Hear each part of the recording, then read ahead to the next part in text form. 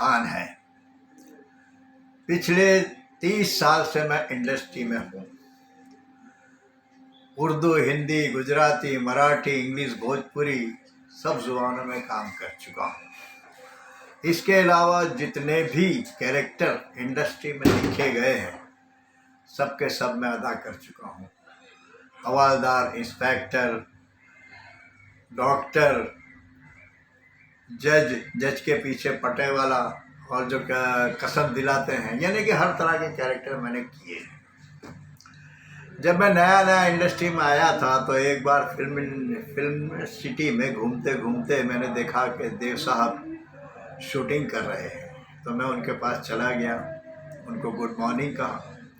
तो उनसे कहा, सर गुड मॉर्निंग, कैसे हैं आप? तो उन्होंने कहा, मैं ठीक हूँ यंग मैन, कैसे हैं आप? मैंने कहा, जी मैं भी ठीक हूँ। सर मैं आपका बहुत बड़ा फ़ैन हूँ। अच्छा सर, मैंने आपकी सब फिल्में देखी है, लेकिन आपका जो गाना है खोया खोया चांद मुझे बहुत अच्छा लगा। ठीक है, इस वक्त मुझसे क्या चाहते हैं?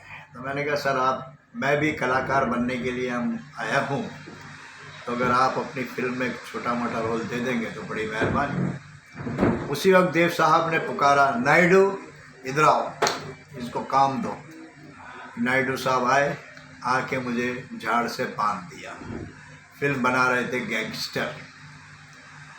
उसके बाद 1 महीने के बाद फिर उनसे मुलाकात हो गई। कमाल अमरो स्टूडियो के सामने बाल ठाकरे साहब की जो बंगला है उसमें शूटिंग कर रहे थे। मुझे मालूम नहीं था, लंच में देखा तो देव साहब बैठे हुए। मैंने फिर से उनको सलाम किया। मैंने कहा, सर एक बात है, क्या आपने काम तो दिया सर, लेकिन डायलॉग वाला काम दीजिए। तो उन्होंने पूछा, अच्छा डायलॉग बोलोगे आप? मैंने कहा, हाँ ज़रूर बोलूँगा। तो ठीक है, कल कालिया मैदान में आ जाइए फिल्म सिटी में। दूसरे दिन उन्होंने मुझे बुलाया, एक बच्ची को मेरी गोद में दिया और कहा ये डायलॉग बोलने के लिए कि वो देखो सोनिया जी इटली से हमारे प्राइम मिनिस्टर राजीव गांधी के साथ, राजीव थे ना, शादी करके आई हैं और अब खुद प्राइम मिनिस्टर बनना चाहते हैं। तो ये इसके बाद देव साहब ने 2 ही फिल्मों में काम किया, लेकिन ऑन द स्पॉट का। उसके बाद एक बार मुंबई में गया मैं फिरोज़ खान साहब से बात, और ये हकीकत है कि मैं सबसे ज़्यादा फ़ैन अगर किसी का हूँ तो फिरोज़ खान साहब, क्योंकि उनका स्टाइल ही सबसे अलग है। और उनकी जितनी भी फिल्में हैं कम से कम 10 बार, 15 बार, 20 बार देखी हैं। तो उनको भी सलाम किया और कहा, उनसे बात की कि भाई मैंने आपकी सब फिल्में देखी है। तो उन्होंने कहा, अभी क्या चाहते हैं? मैंने कहा, सर आपकी फिल्म में कोई काम मिल जाए तो अच्छा है। तो उन्होंने कहा, ठीक है। तो उन्होंने अपना असिस्टेंट को बुलाया, बोले इनको काम दो। तो उन्होंने कहा, अच्छा कल दूसरे दिन RK स्टूडियो में आ जाइए। तो RK स्टूडियो में उन्होंने मुझे कोर्ट रूम में काम दिया। तो पहले के लोग ऐसे थे। देव साहब का एक नेचर था। आजकल मैं सबको ये कहता हूँ कि मैं अपने आप को देवानंद समझता हूँ। बस का ये मतलब हरगिज़ नहीं है कि मैं देव साहब की तरह सुपरस्टार हूँ या उनकी तरह बहुत मशहूर हूँ, लेकिन उनकी एक थिंकिंग थी कि फिल्म बनाते बनाते भी वो हमेशा पढ़ाई में लगे रहते थे, और उनको जहाँ कोई नया आइडिया आया वो फिल्म ख़त्म करने से पहले दूसरी फिल्म शुरू कर देते। तो उससे ये होता था कि उनकी जितनी पूरी यूनिट वाले थे कभी भी फालतू नहीं बैठते थे, मतलब उनको हर वक्त काम रहता था और ये हमेशा बिजी रहते थे।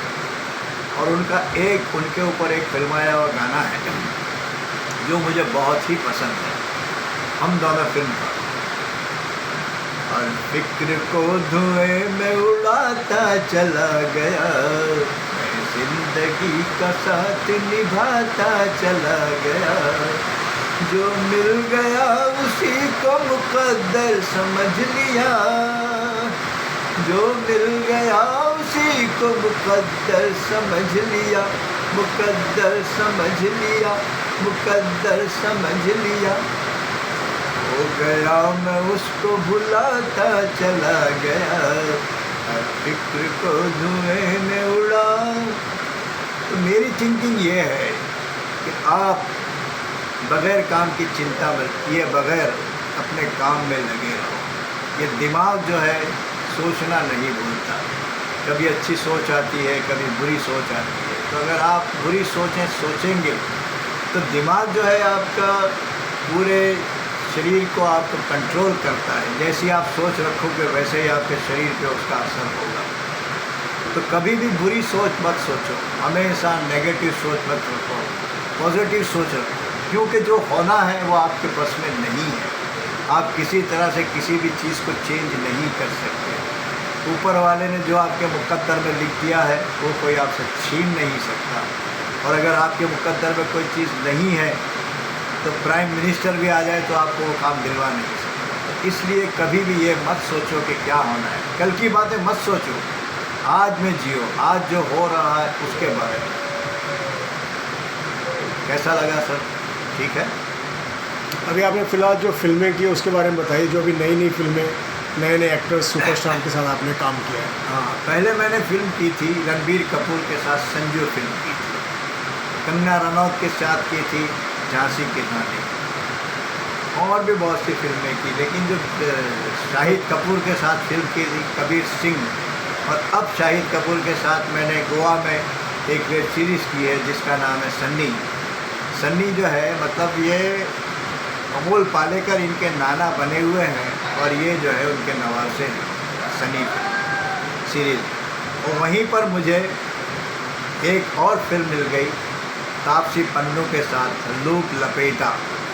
और फिलहाल जो एक फ़िल्म की है मैंने फरहान अख्तर की फिल्म युद्रा, उसमें मैं लॉज का मालिक बना हूँ जिसमें वो हीरो आकर रहता है। तो मैं तंग आ जाता हूँ, अरे भाई 10 दिन हो गए और कितने दिन रहने का इरादा है? तो वो कहता है कि अंकल आप पैसे गिनो ना, दिन क्यों गिनते हो? दिन मैं गिनता हूँ। इस तरह के सीन था। उसके बाद वेब सीरीज़ बहुत सी, अनकन कही एक की जिसके अंदर 100 साल पुरानी चुड़ैल ज़िंदा होकर वापस आ जाती है, गांव वालों को परेशान करती है। अभी लॉस्ट बॉय की एक और सीज़न 1 में जो मैं दादाजी बना था उन्हीं की फिर से वेब सीरीज़ शुरू हुई है जिसका उन्होंने नाम रखा है 2020, जो ऑल्ट बालाजी पे टेलीकास्ट होगी। आज मैं टीवी सीरियल मीत के सेट पर बैठा हूँ जिसमें मैं चाकू वाला बना हूँ। आज मेरा तीसरा दिन है। इससे पहले एक किया है जीजाजी छत के ऊपर है, और उसके बाद वागले की दुनिया, या लेके कुछ ना कुछ चलता रहता है, अल्लाह की मेहरबानी। आज की डेट में जो लोग एक्टर बनने आना चाहते हैं उनके लिए आप क्या बोलोगे? देखिए क्या है कि एक्टर बनना इतना आसान काम नहीं है, आपको गट्स रखना होता है। आपने अपने आप को ये समझ के आना है कि मुझे बनना है, तो बनना है तो उसके लिए कोशिश करो। जब मैं आया था तो मैंने एक शेर समझते होंगे आप, कविता की एक पंक्ति है कि मंजिल मिले मिले न मिले इसका गम नहीं, मंजिल मिले मिले न मिले इसका गम नहीं, मुझे इसका गम नहीं।